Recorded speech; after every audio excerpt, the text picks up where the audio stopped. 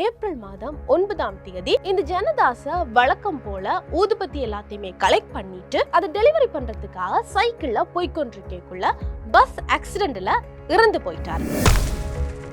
இத கேட்டோன்னா உங்களுடைய அம்மாவுக்கு ஒன்றுமே புரியல. இந்த பூர்ணிமா சொல்றத நம்புறதா நம்பாம இருக்கிறதா அப்படின்னு ஒன்றுமே தெரியாம குழப்பத்துல இருந்திருக்காங்க. வீட்டுக்கு பக்கத்துல ஒரு பஸ் ஆக்சிடென்ட் நடக்குது. இத பூர்ணிமாண்ட அம்மா நேர்ல பார்த்து கொண்டிருந்ததால அவங்களுக்கு ரொம்பவே கவலையா இருந்தது. அந்த வீட்டுக்கு போன இடத்துல விஜயஸ்ரீ அங்க இல்ல. அப்ப அவங்க வீட்டுக்குள்ள வெயிட் பண்ணி கொண்டிருக்காங்க. 1987 ஆகஸ்ட் 24 அன்னைக்கு ஸ்ரீலங்கால இருக்கிற பக்கமுன்ன என்ற கிராமத்துல பூர்ணிமா என்றவங்க பிறக்குறாங்க. இவங்களுடைய அப்பா அதே ஊர்ல இருக்கிற ஸ்கூல்ல ஹெட் மாஸ்டரா ஒர்க் பண்ணி கொண்டிருக்காரு. இந்த பூர்ணிமா 3 வயதுல இருந்தே விசித்திரமா பேச ஆரம்பிக்கிறா. என்ன சொல்றா அப்படின்டா, நான் போன ஜென்மத்துல இப்படி இருந்தேன், இந்த ஸ்கூல்ல படிச்சேன், இங்க ஒர்க் பண்ணேன் அப்படின்னு நிறைய விஷயங்களை அந்த 3 வயசுலயே சொல்ல ஆரம்பிச்சிருக்கா. இத கேட்டோன்னா பேரண்ட்ஸ் இது சின்ன பிள்ளை தானே, ஏதோ உளர்றா அப்படின்னுட்டு பெருசா பொருட்படுத்தாம விட்டுட்டாங்க. அப்படி இருக்கக்குள்ள இந்த பூர்ணிமாக்கு 9 வயது நடக்கிற போது வீட்டுக்கு பக்கத்துல ஒரு பஸ் ஆக்சிடென்ட் நடக்குது. அந்த ஆக்சிடென்ட்ல அந்த நபர் சம்பவ இடத்திலேயே இறந்துட்டாரு. இத பூர்ணிமாண்ட அம்மா நேர்ல பார்த்து கொண்டிருந்ததால அவங்களுக்கு ரொம்பவே கவலையா இருந்திருக்கு. அப்படியே கவலையோட ஒரு இடத்துல போய் உட்கார்ந்து இருந்திருக்காங்க. இந்த பூர்ணிமா அந்த சமயம் அம்மா கிட்ட போய் ஏன் கவலையா இருக்கிறீங்க அப்படின்னு கேக்குறா. அதுக்கு அம்மா சொல்றா, இந்த பஸ் ஆக்சிடென்ட்ல அந்த நபர் செத்துட்டாரு, அதை நான் நேர்ல பார்த்தேன், எனக்கு ரொம்பவே கவலையா இருக்கு அப்படின்ட்டு. அதுக்கு பூர்ணிமா சொல்றா, நீங்க ஏன் கவலைப்படுறீங்க, இதுக்கு சந்தோஷமா இருங்க, நானும் இதே மாதிரியான பஸ் ஆக்சிடென்ட்ல தான் இறந்து போய் அதுக்கப்புறமா உங்களுக்கு மகளா பிறந்திருக்கிறேன் அப்படின்ட்டு பூர்ணிமா சொல்றா. இத கேட்ட பூர்ணிமாண்ட அம்மாவுக்கு ஒன்றுமே புரியல. என்ன இந்த பிள்ளை சொல்லுது அப்படின்ட்டு மறுபடியும் சொல்லு அப்படின்ட்டு பூர்ணிமாட்ட அவங்களுடைய அம்மா கேக்குறா. அதுக்கு பூர்ணிமா சொல்றா, நான் போன ஜென்மத்துல ஆனா தான் பிறந்தேன், ஒரு பஸ் ஆக்சிடென்ட்ல தான் நான் இறந்து போனேன். பஸ் ஆக்சிடென்ட்ல பஸ்ல இருந்த ஒரு ட்ராடர் கம்பி என் இடுப்புல குத்தி நான் அப்படியே கண்ணை மூடிட்டேன். அதுக்கப்புறமா கொஞ்ச நேரத்துல என்ன சுத்தி நிறைய பேர் அழுது கொண்டிருந்தாங்க. அதுக்கு பிறகு என் உடலை கொண்டு போய் எரிச்சிட்டாங்க. அதுக்கு பிறகு நான் காத்துல மிதந்துட்டு வர மாதிரி இருந்தேன். நான் மட்டும் இல்லாம என்னோட சேர்ந்து நிறைய பேர் அப்படியே காத்துல மிதந்துட்டு வர மாதிரி இருந்தாங்க. அதுக்கப்புறமா ஒரு வெளிச்சம் தெரிஞ்சிச்சு, அந்த வெளிச்சத்தினூடா நான் நடந்து போனேன். அதுக்கப்புறமா தான் நான் உங்களுக்கு பிள்ளையா பிறந்துட்டேன் அப்படின்னு இந்த பூர்ணிமா சொல்றா. இத கேட்டோன்னா உங்களுடைய அம்மாவுக்கு ஒன்றுமே புரியல. இந்த பூர்ணிமா சொல்றத நம்புறதா நம்பாம இருக்கிறதா அப்படின்னு ஒன்றுமே தெரியாம குழப்பத்துல இருந்திருக்காங்க. அதுக்கு மேல பூர்ணிமா இன்னொரு விஷயத்த சொல்லிருக்கா, நான் போன ஜென்மத்துல ஊதுபத்தி தயாரிக்கிற ஃபேக்டரின்ற ஒரு குடும்பத்துல தான் நான் பிறந்தேன் அப்படின்ற ஒரு விஷயத்த சொல்லிருக்கா.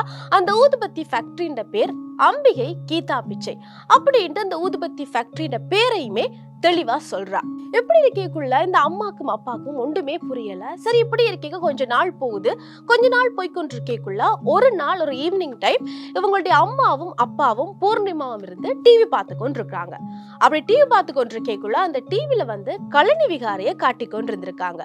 உடனே இந்த பூர்ணிமா அதை பார்த்தோன்னு சொல்றா, இந்த விகாரைக்கு நான் எத்தனையோ தடம் போயிருக்கிறேன், இந்த விகாரையை பற்றி நிறைய விஷயங்கள் எனக்கு தெரியும் அப்படின்ட்டு அப்பா அம்மா கிட்ட சொல்றா.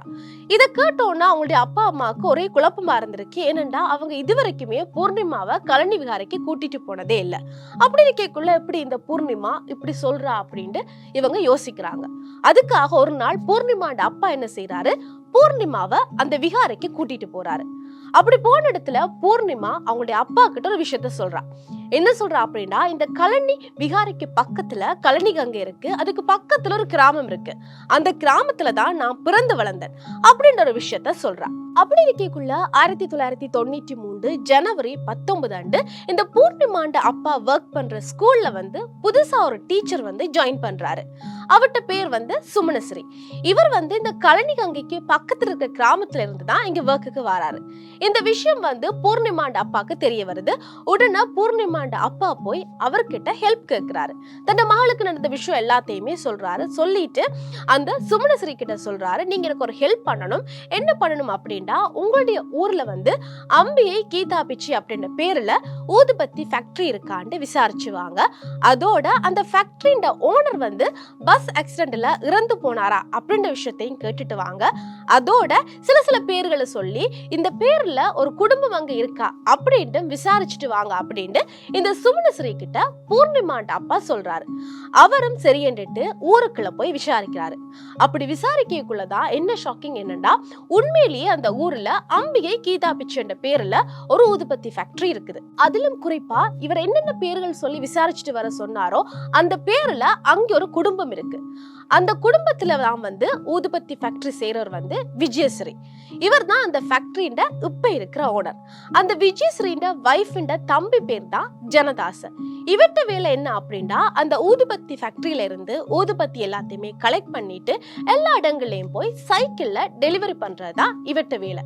அப்படி இருக்கக்குள்ள 1985ஆம் ஆண்டு ஏப்ரல் மாதம் 9ஆம் தேதி இந்த ஜனதாஸ வழக்கம் போல ஊதுபத்தி எல்லாத்தையுமே கலெக்ட் பண்ணிட்டு அதை டெலிவரி பண்றதுக்காக சைக்கிள்ல போய்கொண்டிருக்கக்குள்ள பஸ் ஆக்சிடென்ட்ல இறந்து போயிட்டாரு. அவர் இறந்த 2 வருஷம் கழிச்சு தான் பூர்ணிமா பிறந்திருக்கிறா. இந்த விஷயம் எல்லாத்தையுமே கலெக்ட் பண்ணிட்டு சுமணஸ்ரீ வந்து பூர்ணிமாண்ட அப்பா கிட்ட சொல்றாரு.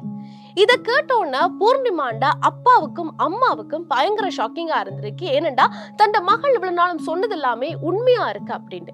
அப்ப உடனே என்ன முடிவு பண்றாருண்டா, பூர்ணிமாண்ட அப்பா பூர்ணிமாவை அந்த ஊருக்கு கூட்டிட்டு போகலாம் அப்படின்ட்டு அவங்களுடைய அப்பா அம்மா முடிவு பண்ணிட்டு பூர்ணிமாவை அந்த ஊருக்கு கூட்டிட்டு போறாங்க. சரியா ஒரு கிழமை கழிச்சு அப்படி போன இடத்துல அந்த ஊதுபத்தி ஃபேக்டரியோட ஓனர் வீட்டுக்கு போறாங்க. அவட்ட பேர் தான் முதலே சொல்லியிருந்தேன், விஜயஸ்ரீ. அந்த வீட்டுக்கு போன இடத்துல விஜயஸ்ரீ அங்க இல்ல. அப்ப அவங்க வீட்டுக்குள்ள வெயிட் பண்ணி கொண்டிருக்காங்க. அப்படி வீட்டுக்குள்ள இவங்க வந்து பேசிக்கொண்டிருக்கக்குள்ள விஜயஸ்ரீ வீட்டுக்குள்ள என்டர் ஆறாரு. அப்படி என்டர் ஆயிக்குள்ள பூர்ணிமா அவர் வந்து சரியா அடையாளம் கண்டு கொள்றா.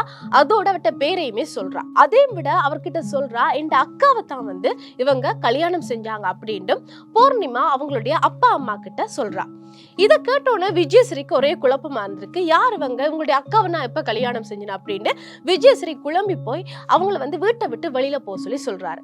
இத வந்து அக்கம் பக்கத்துல இருந்தவங்க எல்லாருமே பார்த்து கொண்டிருக்காங்க. அப்படி பார்த்து கொண்டிருக்கக்குள்ள அந்த கூட்டத்துல இருந்த ஒருத்தரை இந்த பூர்ணிமா கை காட்டி இவன் என்னுடைய நெருங்கிய நண்பன் அப்படின்னு சொல்லி அவட்ட பேரையுமே சொல்றா. இத கேட்டோன்னா எல்லாருக்குமே ரொம்பவே இன்னும் குழப்பமா இருந்திருக்கு. அப்படி இருக்கக்குள்ள பூர்ணிமா தன் தங்கச்சியும் வந்து அடையாளம் காட்டுறா. போன ஜென்மத்துல யார் அவங்களுக்கு தங்கச்சியா இருந்தாங்களோ. இதெல்லாமே பார்த்தா அங்க இருக்கவங்களுக்கு ரொம்பவே குழப்பமா இருந்திருக்கு. இப்படி பூர்ணிமா நிறைய விஷயங்களை சொல்லியிருக்கா. அந்த சொன்ன விஷயம் எல்லாமே வந்து உண்மையா தான் இருந்திருக்கு. ஆனாலுமே விஜயஸ்ரீ குடும்பம் வந்து அந்த விஷயத்த நம்பல. அப்படி இருக்கக்குள்ள பூர்ணிமா என்ன செய்யறாண்டா, தன்னுடைய பர்த் மார்க்க வந்து காட்டுறா. அந்த பர்த் மார்க் எங்க இருக்கு அப்படின்னா, இந்த ஜனதாஸ பஸ் ஆக்சிடென்ட்ல எப்படி இறந்து போனாரோ எந்த இடத்துல அந்த இரும்பு டிராடர் குத்திச்சோ அந்த இடத்துல தான் பூர்ணிமாக்கு அந்த பர்த் மார்க் இருந்திருக்கு. அப்படி இருக்கக்குள்ள இவங்களுக்கு வந்து இதை நம்புறதா நம்பாம இருக்கிறான்னு தெரியல. இவர் என்ன செய்யறாங்க அப்படின்னா, இந்த ஜனதாசன் நல்லா ஊதுபத்தி எல்லாமே செய்வார். அப்படி இருக்கக்குள்ள இந்த பூர்ணிமாவுக்கு ஒரு டெஸ்ட் வைக்கிறாங்க. ஊதுபத்திய எப்படி செய்யறது அப்படின்னு சொல்லிட்டு அதுக்கு பூர்ணிமா வந்து கரெக்டா ப்ரோசஸ் எல்லாத்தையுமே ஸ்டெப் பை ஸ்டெப்பா சொல்றா. அதுக்கப்புறமா சொல்றாங்க, நீங்க எனக்கு ஊதுபத்தி செஞ்சு காட்டு அப்படின்னு பூர்ணிமா கிட்ட விஜயஸ்ரீ அவங்க சொல்றாங்க. பூர்ணிமா ஊதுபத்தியுமே பெர்ஃபெக்ட்டா செஞ்சு காட்டிட்டாங்க. இந்த விஷயம் இன்றைக்கு வரைக்குமே ஸ்ரீலங்கால ரொம்பவே இம்பாக்ட் ஏற்படுத்தின ஒரு ரீபர்த் ஸ்டோரியா இருக்குது.